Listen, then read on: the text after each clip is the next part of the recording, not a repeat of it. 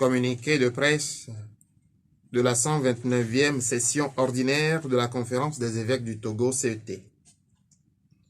Du 15 au 18 mars 2022, les évêques du Togo se sont réunis à leur siège à Lomé pour leur première session ordinaire de l'année 2022.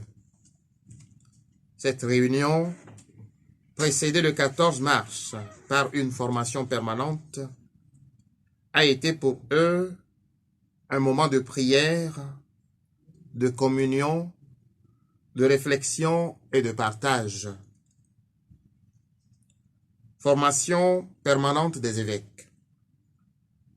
Elle a porté sur le livre 6 du Code du droit canonique réformé, traitant des sanctions pénales dans l'Église, avec la Constitution apostolique Pacite Gregem Dei, signée le 23 mai 2021 par le pape François. Elle a été assurée par 3 prêtres membres du réseau des canonistes du Togo. Entretien avec le nonce apostolique. À l'ouverture proprement dite de la session, les évêques ont eu un entretien avec le nonce apostolique, Monseigneur Marc Gerard Miles, accompagné du nouveau secrétaire de nonciature, le révérend père Alexis Omar Romero Orellana. Ce dernier remplace à ce poste le révérend père Kevin Kimtis, transféré à la nonciature de New Delhi en Inde. Le nonce a entretenu les évêques sur des sujets d'intérêt socio-pastoral pour l'Église universelle et pour notre pays, le Togo. Les évêques se sont réjouis et ont rendu grâce au Seigneur pour la présentation des lettres de créance du représentant du pape au président de la République le 28 février 2020 comme nonce apostolique. Audience. Les évêques ont reçu en audience ensemble les secrétaires de 10 conseils épiscopaux pour écouter leurs préoccupations et leurs suggestions dans le but d'améliorer la mission dans chaque secteur.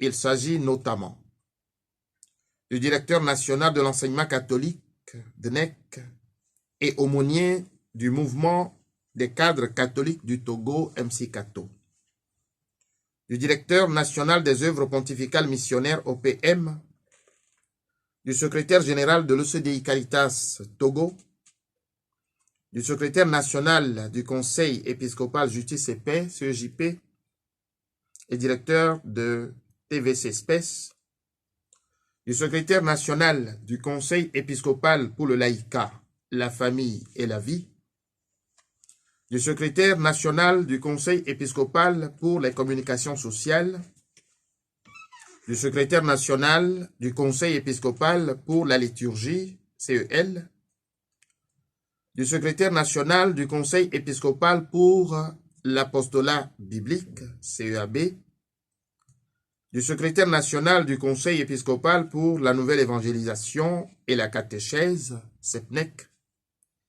et du coordinateur national de la pastorale de la jeunesse. Les échanges ont permis aux secrétaires des conseils de partager les difficultés et les joies des uns et des autres. Les évêques les ont écoutés tour à tour et ont saisi l'occasion pour les remercier et les exhorter à prendre à cœur leurs charges. Outre les conseils, les évêques ont reçu le secrétaire général de l'œuvre de solidarité sacerdotale Togo, OSST, venu leur présenter le bilan financier de 2021 et le budget prévisionnel pour l'année 2022, de même que le nouveau bureau de la Fraternité des prêtres diocésains du Togo, FPDT, élu en janvier dernier à Kara. Synode des évêques d'octobre 2023. Les membres de la conférence ont également échangé sur le processus de consultation diocésaine du Synode des évêques d'octobre 2023, tout en se réjouissant du bon déroulement de cette étape dans notre Église Famille de Dieu. Ils exhortent chacun à s'impliquer personnellement afin que cette marche ensemble dans l'écoute de l'Esprit Saint et des autres contribue à renforcer la communion, la participation et la mission de tous. Jubilé des œuvres pontificales missionnaires OPM. En vue de la célébration des divers jubilés des œuvres pontificales missionnaires OPM, notamment les 400 ans de la création de la Congrégation pour l'évangélisation des peuples, les 200 ans de la fondation de l'œuvre de la propagation de la foi, des 150 ans de la naissance du bienheureux Paulo Mana, fondateur de l'œuvre de l'Union pontificale missionnaire, des 100 ans de l'élévation de l'œuvre de l'enfance missionnaire, de l'œuvre de Saint-Pierre apôtre et de l'œuvre de la propagation de la foi en œuvre pontificale, et de la béatification de Pauline Marie Jaricot, initiatrice de l'œuvre de la propagation de la foi, les évêques invitent chaque fidèle à renouveler son engagement en priant pour les missions, en prenant part à l'annonce de l'Évangile et en soutenant les œuvres missionnaires.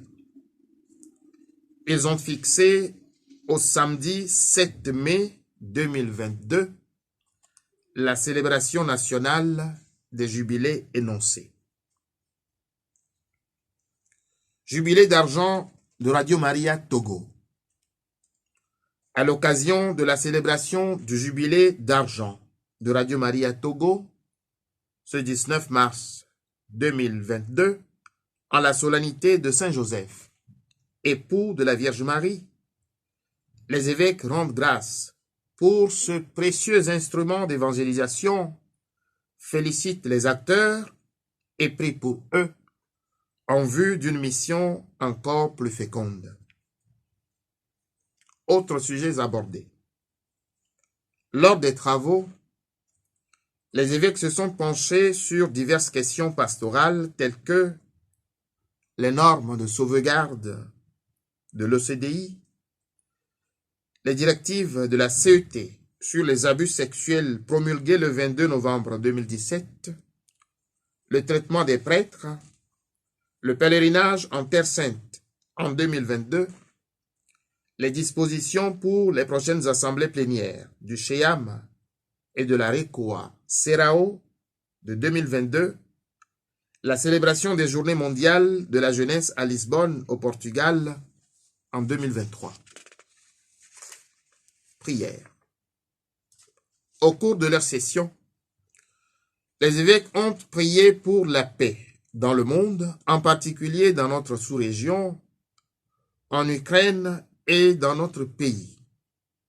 Ils invitent aussi les fidèles à prolonger ces prières, surtout en ce temps de carême, particulièrement le vendredi 25 mars, en communion avec le pape François, qui consacrera l'Ukraine et la Russie au cœur immaculé de Marie. Les évêques implorent sur tous la bénédiction du Seigneur pour une fructueuse marche vers une joyeuse célébration des fêtes pascales. Fête à Lomé, ce 18 mars 2022. Assigné Père Émile Seguedi, secrétaire général de la Conférence des évêques du Togo.